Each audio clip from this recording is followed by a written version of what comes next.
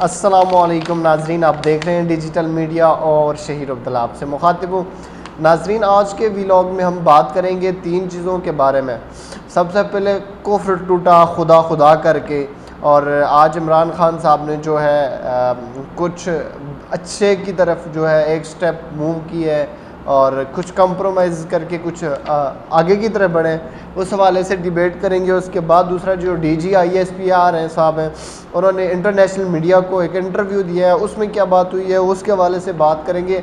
तीसरी चीज़ जो है, जो इस खित्ते का बदबख्त हाथी है, जो इस खित्ते का जो है ख़ुद को अकेला वारिस समझने की कोशिश कर रहा है भारत, वो जो बुखलाहट का शिकार हुआ हुआ है और उसने जो है ना तुर्की के ऊपर जो है कुछ पाबंदियाँ आयद कर दी है।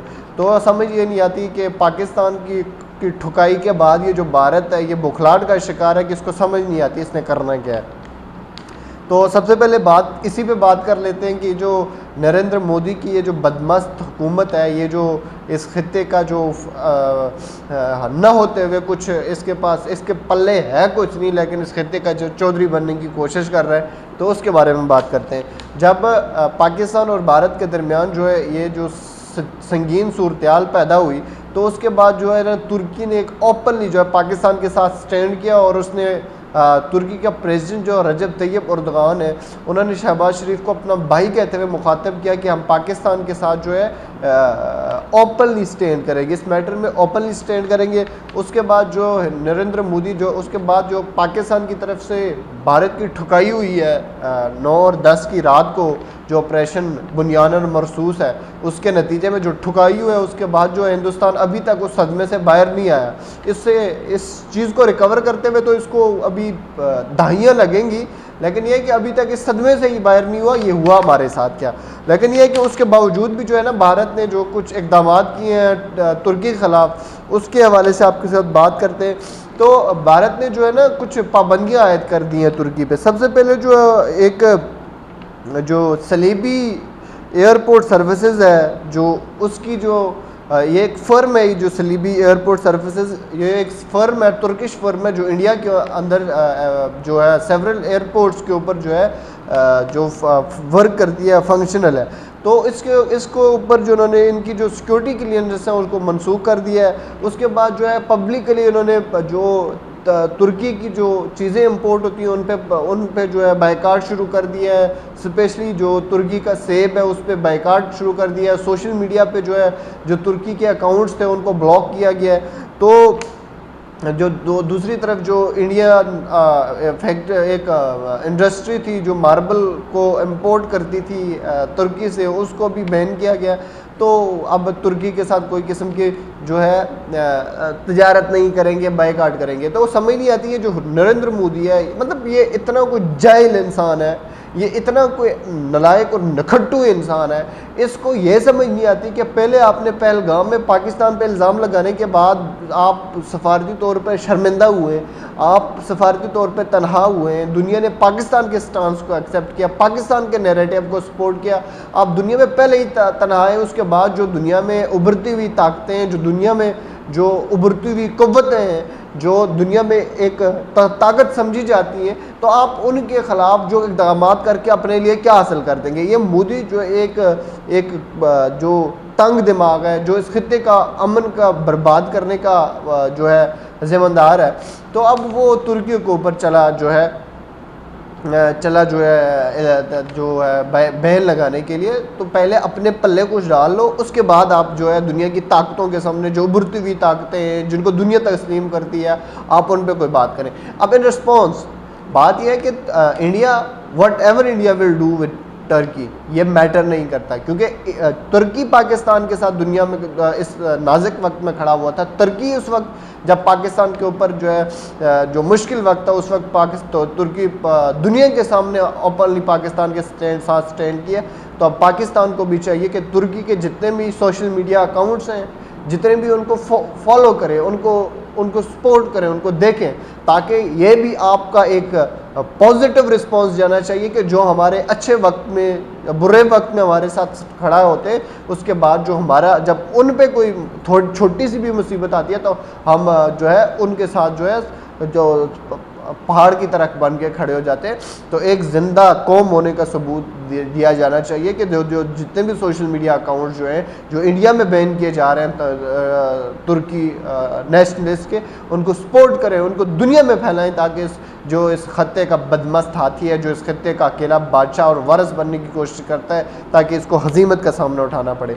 तो दूसरी तरफ जो DGISPR है पाकिस्तान के, उन्होंने इंटरनेशनल मीडिया को एक इंटरव्यू दिया है, और वो इंटरव्यू बड़ा इम्पोर्टेंट है, क्योंकि उसमें जो DGISPR साहब है, उन्होंने जो क्लेम्स किए वो out of the box, very important, और out of the box Pakistan के लिए ऐसे ही नुमाइंदगी होनी चाहिए।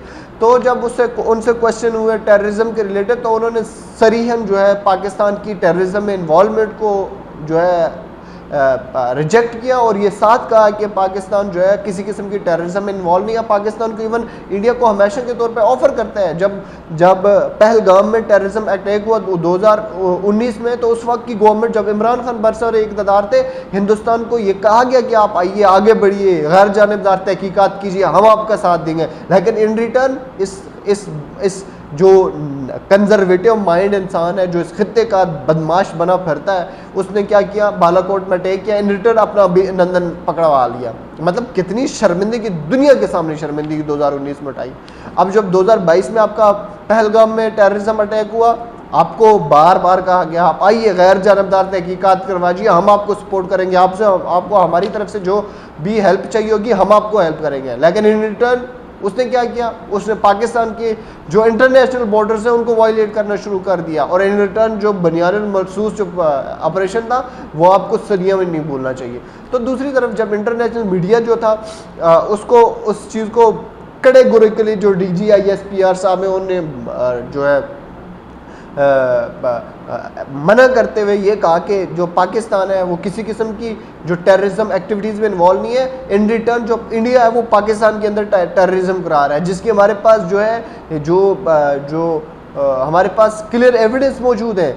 और उसकी एविडेंस जाफर एक्सप्रेस का जो हुआ था, जाफर एक्सप्रेस का मामला हुआ था, उसमें पाकिस्तान ने क्लेम है कि इंडिया इन्वॉल्व है, तो उसकी भी गैर जानबदार तहकीकात होनी चाहिए। और इस वक्त पाकिस्तान के जो कस्टडी में जो इंडियन जो है एक ऑफिसर, जो सर्विंग ऑफिसर है, वो पाकिस्तान की तहवील में है, वो पाकिस्तान के अंदर दहशतगर्दी फैलाता था। मतलब आप करें दहशतगर्दी इस खत्ते के अंदर, इस खत्ते का अमन बर्बाद करें, और साथ जो है आप ये दावा करें कि पाकिस्तान कर रहे हैं। पाकिस्तान अब आपको वो सबक देगा जो आप भूलेंगे पहले नहीं, वो ऐसा जख्म लगे आपको, उसका मरहम आते हुए भी आपको जो है तकरीबन अभी दहाइयाँ लगेंगी।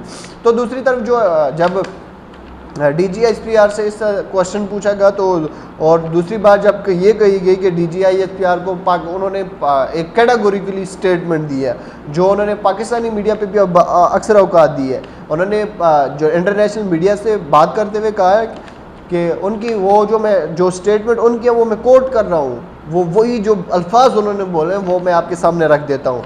वही DGISPR साहब ने इंटरनेशनल मीडिया को कहा, We are peace loving nation. See in our streets, we are not celebrating victory. We are celebrating peace.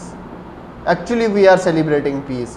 और साथ ये भी कहा, उन्होंने ये कहा कि हम जो है ना, हम एक अमन पसंद कौम है। हम जो है आज हमारी गलियों में देखो, हम जो है जीत का जश्न नहीं मना रहे, बल्कि हम जो है अमन का जश्न मना रहे हैं। और साथ जो अगली बात उन्होंने कही है वो दुनिया के लिए पैगाम है। उन्होंने कहा, if our sovereignty will be threaten, our response will be brutal, swift and precise. और अगर इसकी दुनिया को इसकी एग्जांपल लेनी है तो जाके नरेंद्र मोदी हुकूमत से पूछिए कि जिनको आज अभी तक इस चीज़ का जो है ज़ख्म उसके अभी तक हील होना भी स्टार्ट नहीं हुए, को इतना ताज़ा और तगड़ा ज़ख्म दिया है पाकिस्तान ने।